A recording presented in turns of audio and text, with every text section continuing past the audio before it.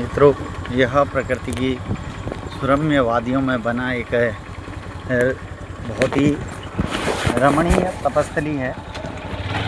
और जैसा आप देखेंगे कि पहले से भी जो संत महंत ऋषि मुनि जो हमारे हुआ करते थे, वो एक शांत वातावरण में प्रकृति की गोद में, जहाँ जो है यह भौतिक कोलाहल ना हो, भौतिक चीज़ें ना हो, उससे दूर जा कर के साधना करा करते थे। आज भी कई लोग ऐसे स्थानों में साधना करते हैं और कई लोगों का ऐसे प्रकृति की गोद में आने का मन भी होता है। तो मैं इस वीडियो के माध्यम से सिर्फ इतना कहना चाहूँगा कि जो हमारे धार्मिक स्थल हैं, उनको धार्मिक रहने दें, इनको पर्यटन स्थल ना बनाएं।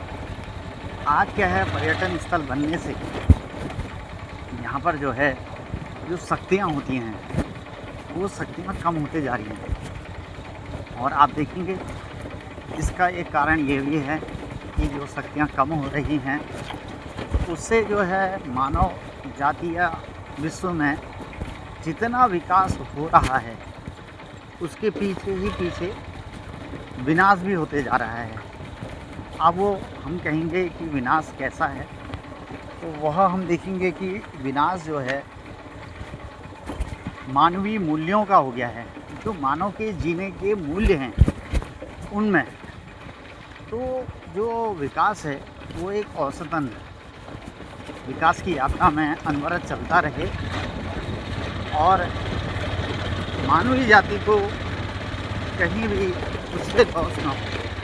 तो इसके लिए जो हम कहीं भी मान सकते हैं कि आज का जो वैज्ञानिक युग हैं, ये ज़रूर जो है उस विकासशील यात्रा को आगे बढ़ा रहा है।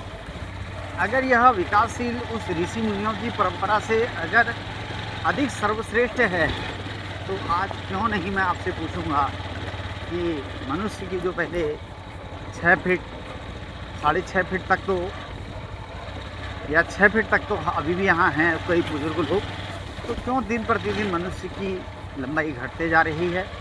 पुराने समय में जब यह वैज्ञानिक युग था तो लोग 105 साल 100 साल वाले तो हमने भी देखे हैं। हमारी जो आमा थी, उनकी जो ईजा थी, वो 102 साल करीब जी। अब जो इतने वैज्ञानिक युग में लोग 70 साल अल्पायु, और कोई भी ऐसे लोग बहुत कम देखने को मिल रहे हैं कि जो 100 साल तक जी पाएंगे। इस चीज़ को विज्ञान ने भी मान लिया है कि मनुष्य की औसतन आयु जो है वो कितनी हो गई है, आप भी ये सब जानते हैं। तो इस ये आप देखेंगे कि यहाँ ये जो आपको देवी के डोले दिखाई दे रहे हैं, यहाँ ये हमारी, इसीलिए हमारी देवभूमि को, इस उत्तराखंड को देवभूमि कहा जाता है कि यहाँ पर कण कण में, घट घट में देवी देवताओं का वास होता है।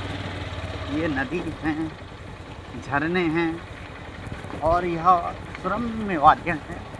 तो मैं आपसे पुनः निवेदन करूँगा कि जो हमारी युवा पीढ़ी है, वो ज़रूर इस आध्यात्मिक यात्राओं को करे, लेकिन इसमें ऐसी चीज़ें ना करे जिससे कि इन जो हमारे धार्मिक स्थल हैं या जो देवी देवताएं हैं, वो मनुष्य से काफ़ी कोसों दूर चले जाए। आएँ, उपासना करें, धर्म करें, लेकिन कहीं कहीं यहाँ देखने को मिलता है कि लोग आते हैं, मदिरा पान करते हैं, मांस सेवन करते हैं और अन्य अन्य चीज़ें करते हैं। तो मेरे सभी छोटे बड़े भाइयों से निवेदन है कि इन चीज़ों के लिए तो बहुत सारी चीज़ें बनी हुई हैं, लेकिन आप जो है ये देखिए, यहाँ पर ये जो आपको दिखाई देगा, इन चीज़ों में आइए और यहाँ पर से आप देखेंगे, यहाँ पर से ऊपर जाने का रास्ता है, लोग पर्यटन जा रहे हैं। तो आप आइए, यहाँ पर भक्ति कीजिए और कोई भी ऐसी चीज़ ना कीजिए जिससे कि धर्म और कर्म में क्षति हो। तो जय माता दी।